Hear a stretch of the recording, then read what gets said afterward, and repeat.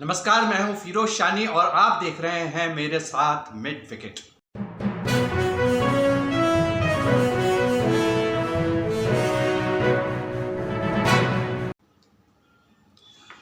आज बेंगलोर के चिन्नास्वामी स्टेडियम में ऐसा मुकाबला होने जा रहा है जिस पर सबकी निगाहें रहेंगी।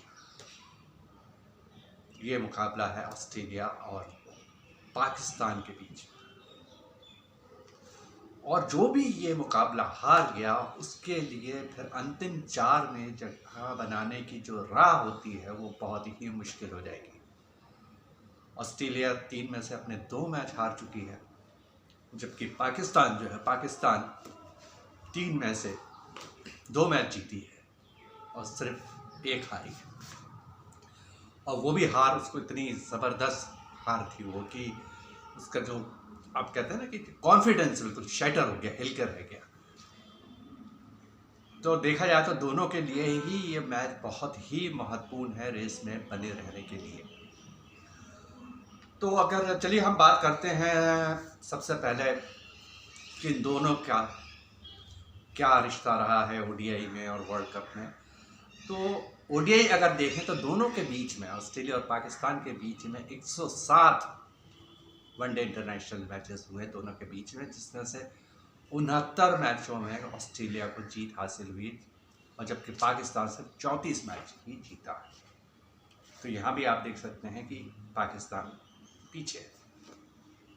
इसके अलावा अगर हम वर्ल्ड कप पर नज़र डालें कि वर्ल्ड कप में दोनों का क्या है रिकॉर्ड रहा एक दूसरे के खिलाफ, तो 10 मैचों में से 6 मैच ऑस्ट्रेलिया जीती है और पाकिस्तान 4 मैच जीती है। तो यहाँ भी पाकिस्तान पीछे है। तो अब पाकिस्तान को यहाँ क्या करना होगा कि वो रेस में बने रहे। सबसे बड़ी बात तो उसके लिए है कि खुद में फिर से उसको आप एक आत्मविश्वास पैदा करना पड़ेगा कि नहीं, जो मैच हुआ, जो वो गुजर चुका, वो पास्ट है, उसको पीछे डालिए और अब नए सिरे से हम शुरुआत करते हैं। क्योंकि टैलेंट की कोई कमी नहीं है उस टीम में, उसके बाद बहुत टैलेंट है। बस ये है कि जिस तरह से कोलैप्स करते हैं, जिस तरह से पैनिक करे आते हैं, वो बहुत ही चिंता की बात है। वहाँ पर पाकिस्तान के साथ एक बहुत बड़ी दिक्कत ये आ रही है कि जो उनकी ओपनर्स हैं वो अच्छी शुरुआत नहीं दे रहे हैं। इसके पहले फ़खर जमा और इमामुल हक ओपन कर रहे थे और फ़खर जमा बिल्कुल ही नहीं चल पाया, जबकि उनकी इतनी बड़ी प्रतिष्ठा है, बड़ा अच्छे बल्लेबाज है, लेकिन नहीं है, वो रंग में नहीं है। तो उनको बैठा के फिर आपने अब्दुल्ला शफीक को खिलाया, जिन्होंने पहले मैच में ही शतक मारा, बहुत बढ़िया खेले वो थे, हालांकि दूसरे में नहीं चले। लेकिन बाबर आजम की सबसे बड़ी चिंता ये है कि इमामुल हक को वो लगातार मौके दे रहे हैं, लेकिन इमामुल हक उनकी उम्मीदों पर खरे नहीं उतर रहे हैं। ये उनके लिए बहुत चिंता की बात है।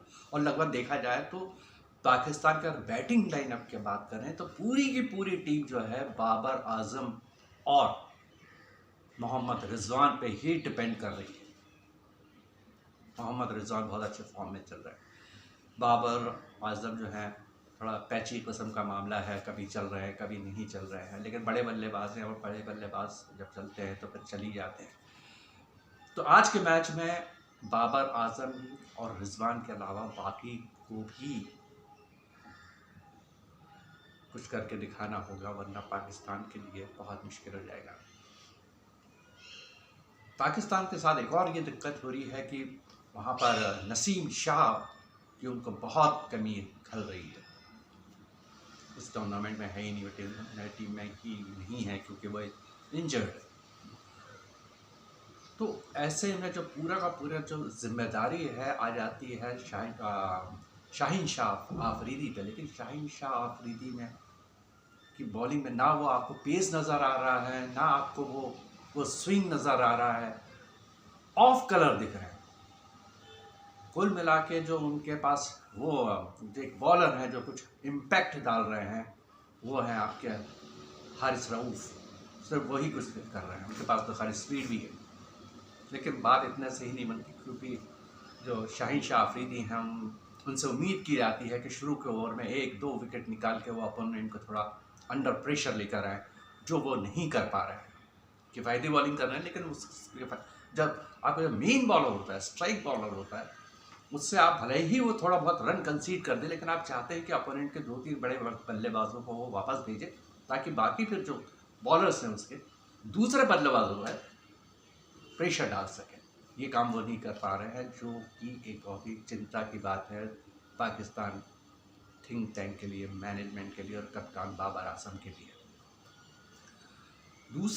तीसरी जब बात जो कर रहूँगा मैं वो बताऊँगा, मैं आपको बड़ी हैरानी होगी, मुझे तो होती ही है, मेरे ख्याल से आपको भी लगेगा, जो भी क्रिकेट को फॉलो करते हैं उनको लगेगा कि पहली बार ऐसा हो रहा है कि पाकिस्तान के पास क्वालिटी स्पिनर नहीं है, जबकि हमेशा उसके पास बड़े क्वालिटी स्पिनर हैं जो मैच इधर से उधर कर देते। और आपको बता दूं, चिन्नास्वामी स्टेडियम जो है वहाँ पर बॉल टर्न होती है, और ये बड़ा अच्छा मौका था, अगर उनके पास क्वालिटी स्पिनर होते तो वो जो ऑस्ट्रेलिया के जो बल्लेबाज हैं उनको वो घेर सकते थे, उन पर प्रेशर डाल सकते थे। लेकिन नहीं, शादाब खान एक है कुल मिला के ऑलराउंडर है, लेकिन ना वो बल्ले से चल रहे हैं और ना ही बैट से ही चल पा रहे हैं। ये एक और बड़ी चिंता की बात है कप्तान बाबर आजम के लिए। और ऐसे लग रहा है कि आज के मैच में हो सकता है कि शादाब खान को या दूसरे जो खिलाड़ी हैं नवाज़, उनमें से किसी एक को बाहर बिठा के उसामा मीर को मौका दिया जाए, जो डेब्यू करेंगे। अगर उनको मौका मिलता है तो पहली बार वर्ल्ड कप खेलेंगे, ऐसा खबरें आ रही हैं। ये पता चलेगा जब टॉस होगा। तो ये है उनकी चिंता की बात। ये हमने बात कर ली है पाकिस्तान के बारे में। इसके अलावा अगर हम देखें तो पिछले 12 साल से पाकिस्तान वर्ल्ड कप में ऑस्ट्रेलिया से कभी जीती ही नहीं है। तो ये भी आंकड़े उसके खिलाफ जा रहे हैं। तो हम जितने भी आंकड़े बता रहे हैं उससे तो यही लगता है कि ऑस्ट्रेलिया के लिए शायद केक वॉक होगा।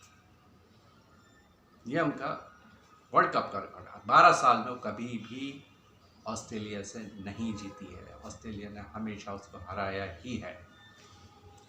दूसरा एक और हम आंकड़ा बताते हैं कि पाकिस्तान 24 साल के बाद चिन्नास्वामी स्टेडियम में कदम रखेगी। 24 साल के बाद।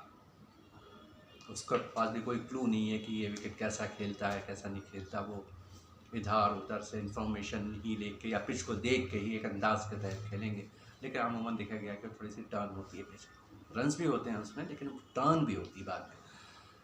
तो ये है उनके पास फ़िलहाल तो ये पाकिस्तान का जो रिकॉर्ड है, और पाकिस्तान और ऑस्ट्रेलिया के बीच में रिकॉर्ड जो है वो मैंने आपको अभी बताया है।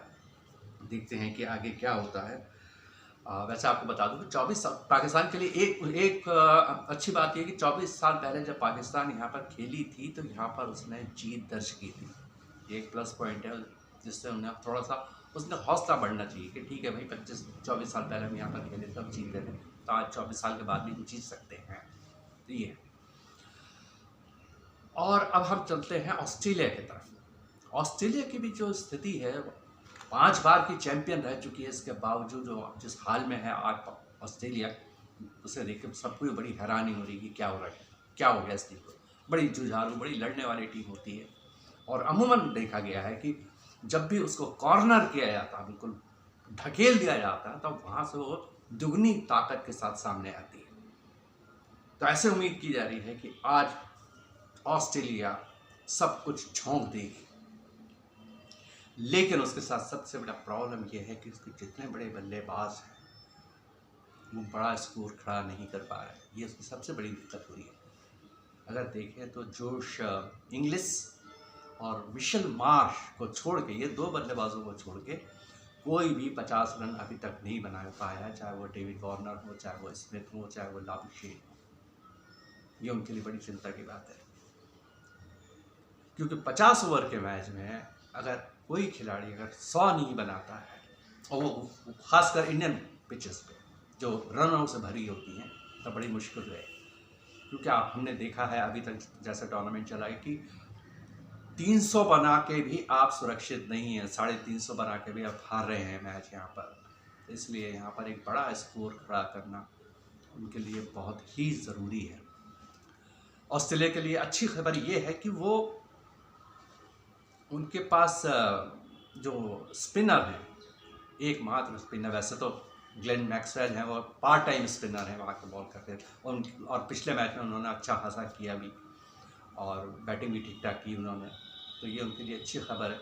इसके अलावा जो उनके स्पिनर है, मेन स्पिनर है एडम जैम्पा, वो पिछले मैच में वापस आए।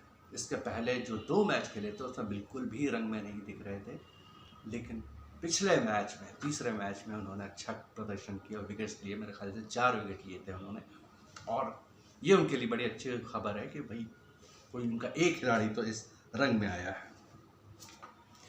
तो ये था आज का दोनों टीमों के बारे में मेरा आकलन।